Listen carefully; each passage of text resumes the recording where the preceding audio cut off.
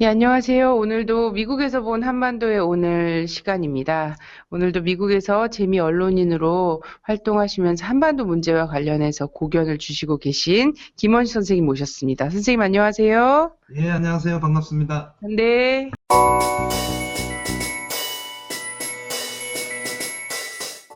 박근혜 대통령이 독일에 가서요. 독일 드레스덴 공대에서 명예 박사학위를 수여를 받고요.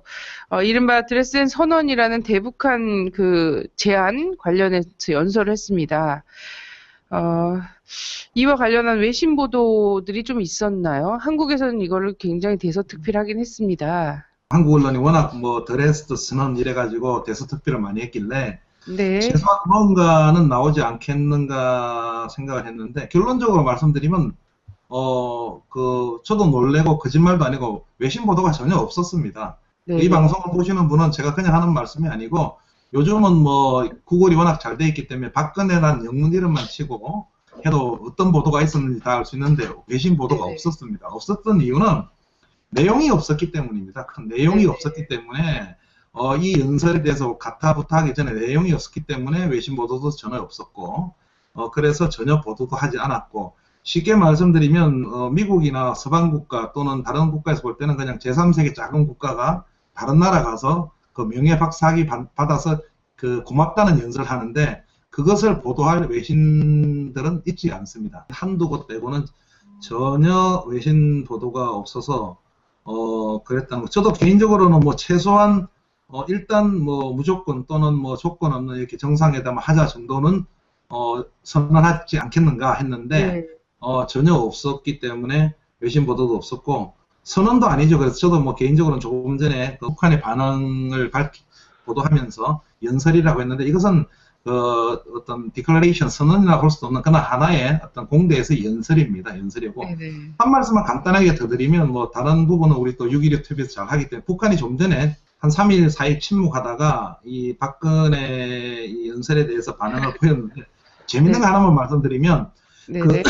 공식 반응이 아닙니다. 조선중앙통신이 어제 두 가지 보도를 했는데 제가 이 보도를 보고 웃었는데 우리가 자꾸 상호 비방 중상을 많이 하니까 최고 존엄을 많이 이렇게 헐뜯고 이런 데 가지고 저도 물론 너무 북한이 과민 반응하지 말라고 하지만 상대방 입장에서 보면 이건 굉장히 거북한 거거든요. 근데 조선중앙통신이 아주 재미있는 그 기사를 실었어요. 평양 시민 둘을 이렇게 인터뷰하는 형식을 취해가지고 네네. 아주 횡설수설 안학내다부터 해가지고 상당히 듣기 거북한 그 보도를 어제 했습니다. 그래서 네네.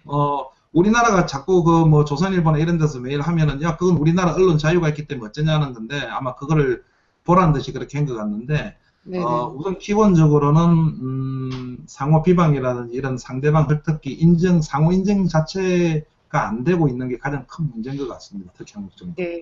사실 한국에서도 말은 많이 있었습니다. 왜 한국에서의 군사분계선에서는 늘 그 군사적 긴장이 을 높이는 방향에서 모든 게 이루어지고 지금 사실 계속 이제 포격전이든 아니면 그 군사 훈련 있잖아요. 서해 5도를 둘러싸고 진행되는 이제 군사 훈련이든 이런 것에서는 전혀 대북 제한이라든지 이런 게 없고 꼭 독일 정도 가서 갑자기 그리운 금강산 보면서 눈물 흘리고 이러냐 이런 얘기들이 있었고요. 음. 그렇습니다.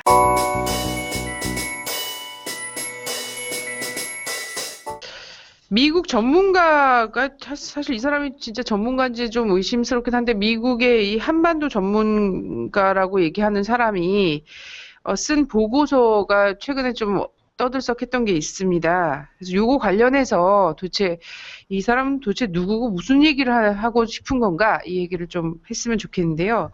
음. 지난 28일이죠. 한국 언론들이 이른바 미 전문가 보고서를 인용을 하면서 한미 억제력이 약화됐다면서 이에 따른 남북한 무력 충돌 가능성 이런 것들을 집중 보도를 했습니다. 그래서 이거는 도대체 어디서 발행된 거고 이 보고서를 썼다는 사람은 또 누구인지 이런 거부터 좀 궁금하거든요.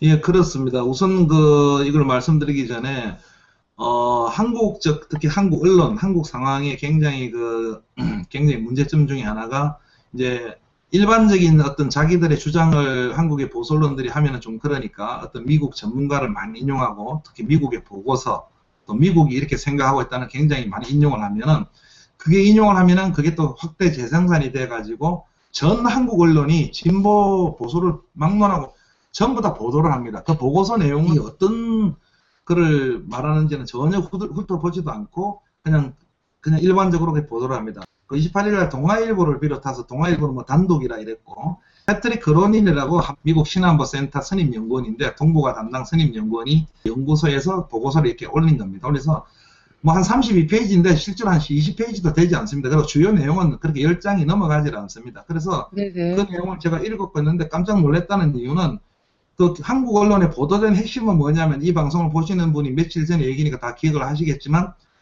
북한이 이제 전술핵을 3년 내에 배치할 거다. 그리고 또 북한은 굉장히 불안정하기 때문에 앞으로 생존을 위해서 이제 전쟁을 일으킬 수 있다.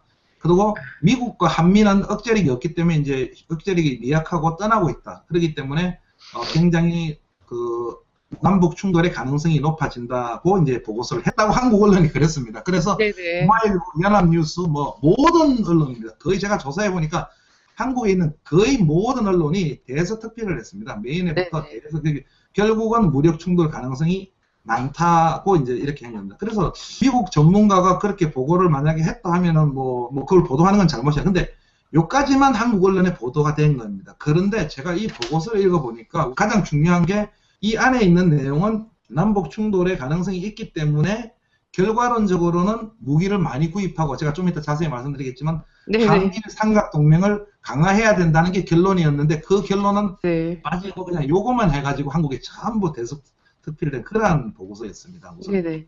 개괄적으로 말씀드리면 예. 미국의 네오콘들의 주장이랑 크게 다르지는 않는 거 아닙니까? 왜 제가 문제가 된다고 진실얘기나 오마이뉴스에 썼냐면은 네네. 동아일보나 이런 데 보면 이렇게 썼습니다. 이제 이게 오바마 싱크탱크의 어떤 그 보고서다. 예, 이것도 틀린 겁니다. 이 보고서는 물론 이 연구소가 한 30명 됩니다. 이제 싱크탱크는 맞는데 민주계 인사들이 많지만 그냥 일반적인 그냥 연구단체입니다. 그래서 네. 전혀 미국하고 이런 데 관계가 없는데 한국 언론들은 아 오바마 행정부의 생각이구나 이래 갖고 네네. 쓴 거고 뭐 동아일보나 이런 데 3년 내에 북한이 전술핵을 배치할 수 있겠대서 이게 학술 보고서이기 때문에 아 이분이 저는 어디 3년 내에 전술핵 배치라면 지금 현재까지는 소형화, 경량화, 다종화는 성공했는데 예.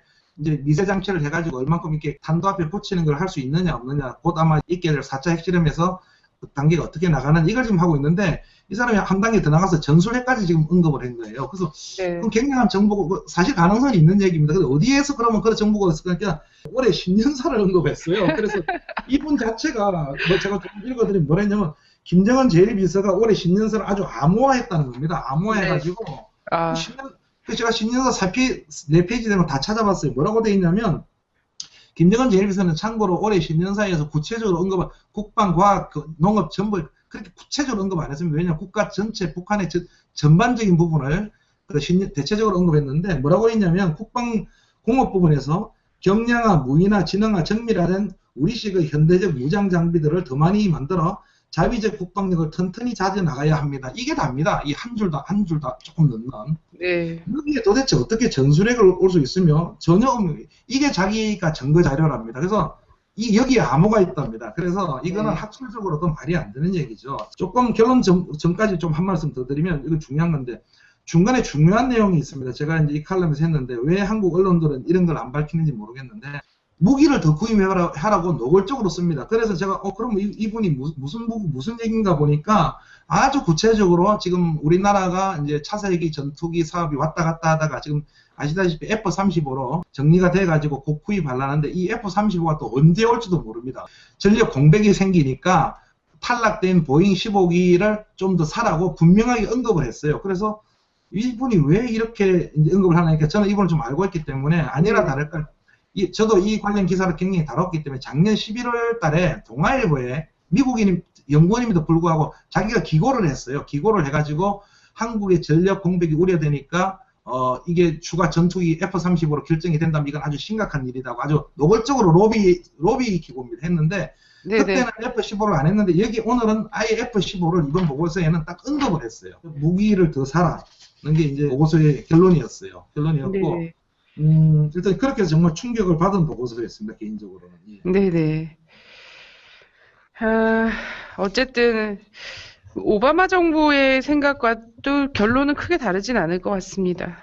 네, 무기를 근데 한국이 더 많이 구입해서 한미일 군사동맹을 더 강화하고 한미 간의 억제력이 더를 더 강화시키자라는 것은 기본 미국의 구상인데 여기서 문제는 무기 회사 영업하는 것 같은 수준의 글을 미 전문가의 보고서라고 예, 쓰는 한국의 언론 이게 정말 사실은 진짜 문제가 아닐까 이런 생각이 드는데요. 이렇게 각 기자들이 이 보고서를 대충 보기는 본 모양이에요. 네네. 동아일보도 하면 한 네다섯 개 기자들은 본 것 같고 나머지는 전부 뺏긴 것 같은데 이 보고서의 이 패트릭 크라우니는 8가지 결론을 얘기하고 있습니다. 그 중에서 우리가 논문을 쓰다 보면 맨 마지막에 가장 중요한 결론을 얘기하거든요. 네네. 굉장히 충격을 받은 게 그럼 결국은 이 사람이 이제 우리가 지금 좀 전에 얘기했다시피 뭐 남북 충돌 위험이 있다, 뭐 우리나라의 어떤 전력 공백 위험이 있다, 뭐 이렇게 불안하다 이거죠. 다 좋다 이거예요. 그러면 결론은 뭐냐? 어떻게 해야 되냐를 제가 그대로 읽어드릴게요. 그대로 네. 읽어드리면은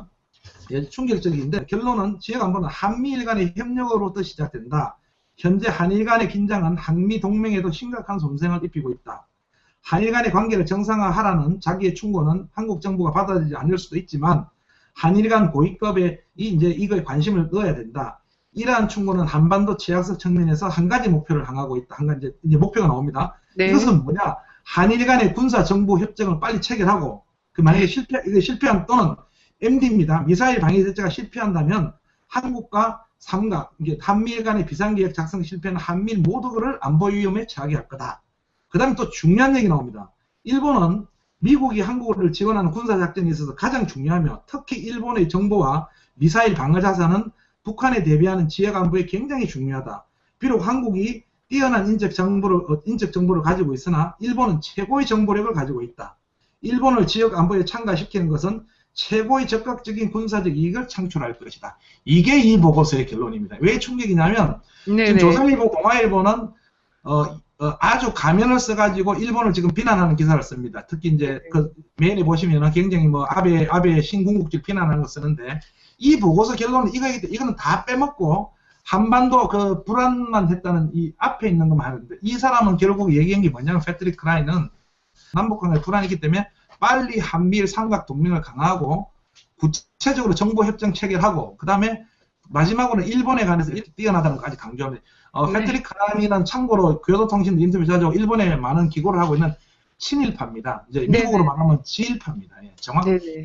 이러한 결론이 한국의 26개 언론기관인데 제가 보니까 이 보도한 26개 언론기관에서 한 군데도 언급하지 않았습니다. 네네. 알겠습니다.